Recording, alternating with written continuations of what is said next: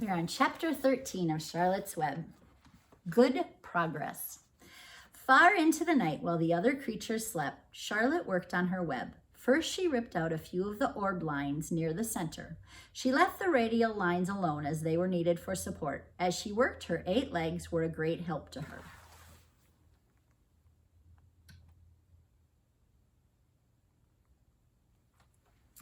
So were her teeth. She loved to weave and she was an expert at it. When she was finished ripping things out, her web looked something like this. A spider can produce several kinds of thread. She uses a dry, tough thread for foundation lines, and she uses a sticky thread for snare lines, the ones that catch and hold insects. Charlotte decided to use her dry thread for writing the new message. If I write the word terrific with sticky thread, she thought, every bug that comes along will get stuck in it and spoil the effect. Now let's see, the first letter is T. Charlotte climbed to a point at the top of the left side of the web. Swinging her spinnerets into position, she attached her thread and then dropped down. As she dropped, her spinning tubes went into action and she let out thread. At the bottom, she attached the thread. This formed the upright part of the letter T. Charlotte was not satisfied, however. She climbed up and made another attachment right next to the first. Then she carried the line down so that she had a double line instead of a single line. It will show up better if I make the whole thing with double lines. She climbed back up, moved over about an inch to the left, touched her spinnerets to the web, and then carried a line across to the right, forming the top of the T. She repeated this, making it double. Her 8 legs were very busy helping. Now for the E. Charlotte got so interested in her work, she began to talk to herself, as though she were to cheer herself on. If you had been sitting quietly in the barn cellar that evening, you would have heard something like this. Now for the R, up we go, attach, descend, pay out line, whoa, attach, good, up you go, repeat. Attach, descend, pay out line, whoa girls, steady now, attach, climb, attach, over to the right, pay out line, attach. Now right and down and swing that loop and around, now into the left, attach, climb, repeat, okay.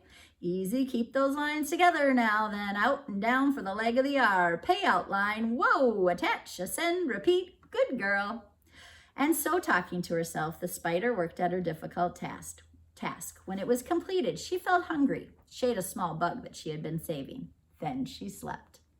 Next morning, Wilbur arose and stood beneath the web. He breathed the morning air into his lungs. Drops of dew catching the sun made the web stand out clearly. When Lurvy arrived with breakfast, there was the handsome pig, and over him, woven neatly in block letters, was the word terrific. Another miracle.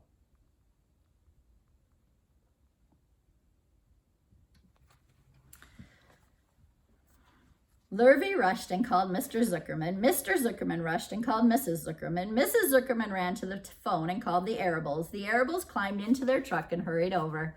Everybody stood at the pig pen and stared at the web and read the word over and over, while Wilbur, who really felt terrific, stood quietly swelling out his chest and swinging his snout from side to side.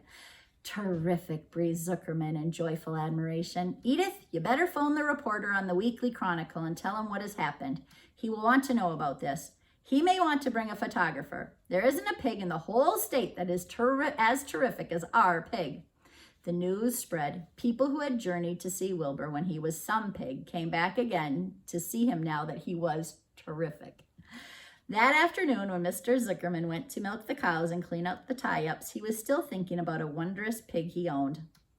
Lurvy, he called, there is to be no more cow manure thrown down into that pig pan. I have a terrific pig. I want that pig to have clean, bright straw every day for his bedding. Understand? Oh, yes, sir, said Lurvy. Furthermore, said Mr. Zuckerman, I want you to start building a crate for Wilbur. I have decided to take the pig to the county fair on September 6th. Make the crate large and paint it green with gold letters. What will the letters say? Asked Lurvy. They should say, Zuckerman's famous pig. Lurvy picked up a pitchfork and walked away to get some clean straw. Having such an important pig was going to mean plenty of extra work. He could see that. Below the apple orchard at the end of a path was the dump where Mr. Zuckerman threw all sorts of trash and stuff that nobody wanted anymore. Here in a small clearing hidden by young alders and wild raspberry bushes was an astonishing pile of old bottles and empty tin cans and dirty rags and bits of metal and broken bottles and broken hinges and broken springs and dead batteries and last month's magazines and old discarded dish mops and tattered overalls and rusty spikes and leaky pails and forgotten stoppers and useless junk of all kinds, including a wrong-sized crank for a broken ice cream freezer.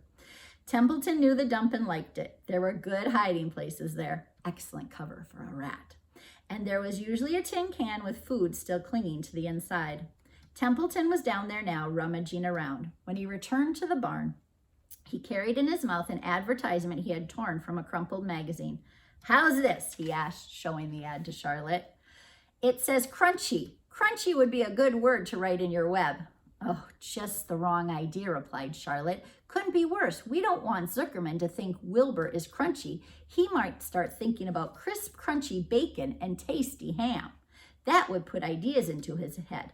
We must advertise Wilbur's noble qualities, not his tastiness. Go get another word, please, Templeton." The rat looked disgusted, but he sneaked away to the dump and was back in a while with a strip of cotton cloth. "How's this?" he asked. "It's labeled off an old shirt."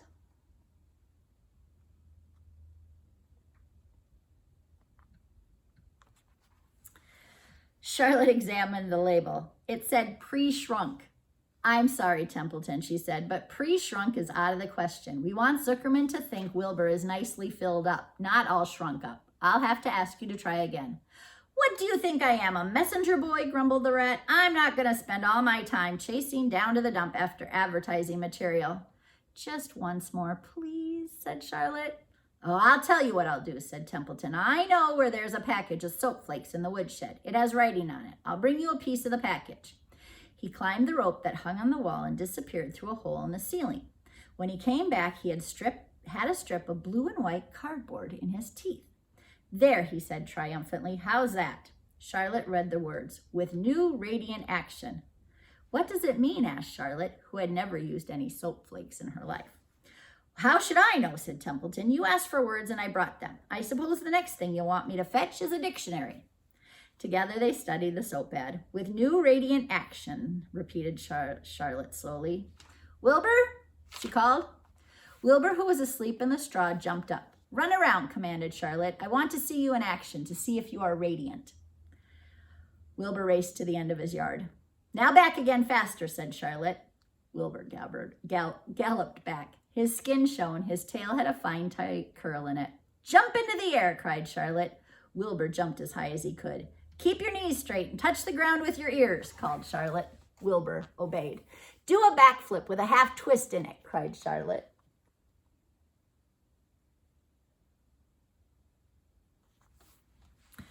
Wilbur went over backwards, writhing and twisting as he went. "Okay, Wilbur," said Charlotte, "you can go back to sleep." "Okay, Templeton, the soap ad will do, I guess. I'm not sure Wilbur's action is exactly radiant, but it's interesting." "Actually," said Wilbur, "I feel radiant." "Do you?" said Charlotte, looking at him with affection. "Well, you're a good little pig, and radiant you shall be. I'm in this thing pretty deep now. I might as well go to the limit." Tired from his romp, Wilbur lay down in the clean straw. He closed his eyes. The straw seemed scratchy, not as comfortable as the cow manure, which was always delightfully soft to lie in. So he pushed the straw to one side and stretched out in the manure. Wilbur sighed. It had been a busy day, his first day of being terrific. Dozens of people had visited his yard during the afternoon, and he had had to stand and pose, looking as terrific as he could. Now he was tired. Fern had arrived and seated herself quietly on her stool in the corner. "Tell me a story, Charlotte," said Wilbur, as he lay waiting for sleep to come. "Tell me a story." So Charlotte, although she too was tired, did what Wilbur wanted. "Once upon a time," she began, "I had a beautiful cousin who managed to build her web across a small stream. One day, a tiny fish leaped into the air and got tangled in the web.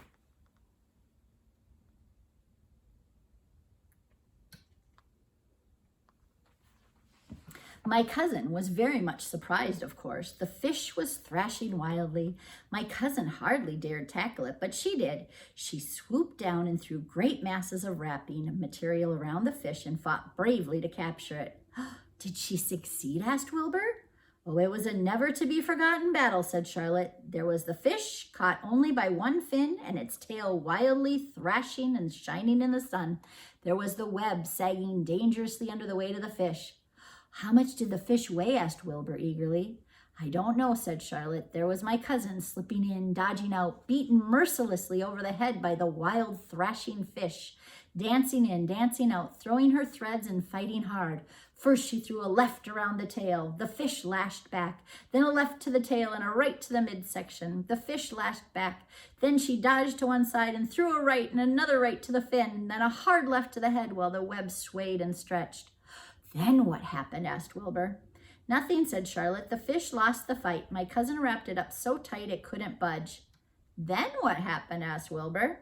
Nothing, said Charlotte. My cousin kept the fish for a while, and then when she got good and ready, she ate it. Oh, tell another story, begged Wilbur. So Charlotte told him about another cousin of hers who was an aeronaut. What is an aeronaut? Asked Wilbur. A balloonist, said Charlotte. My cousin used to stand on her head and let out thread to form a balloon. Then she'd let it go and be lifted into the air and carried upward onto the warm wind. Is that true? Asked Wilbur. Or are you just making it up? It's true, replied Charlotte. I have some very remarkable cousins. And now, Wilbur, it's time you went to sleep. Sing something, begged Wilbur, closing his eyes. So Charlotte sang a lullaby while crickets chirped in the grass and the barn grew dark. This was the song she sang. Sleep, sleep, my love, my only, deep, deep in the dung and the dark. Be not afraid and be not lonely. This is the hour when frogs and thrushes praise the world from the woods and the rushes. Rest from care, my one and only, deep in the dung and the dark. But Wilbur was already asleep. When the song ended, Fern got up and went home.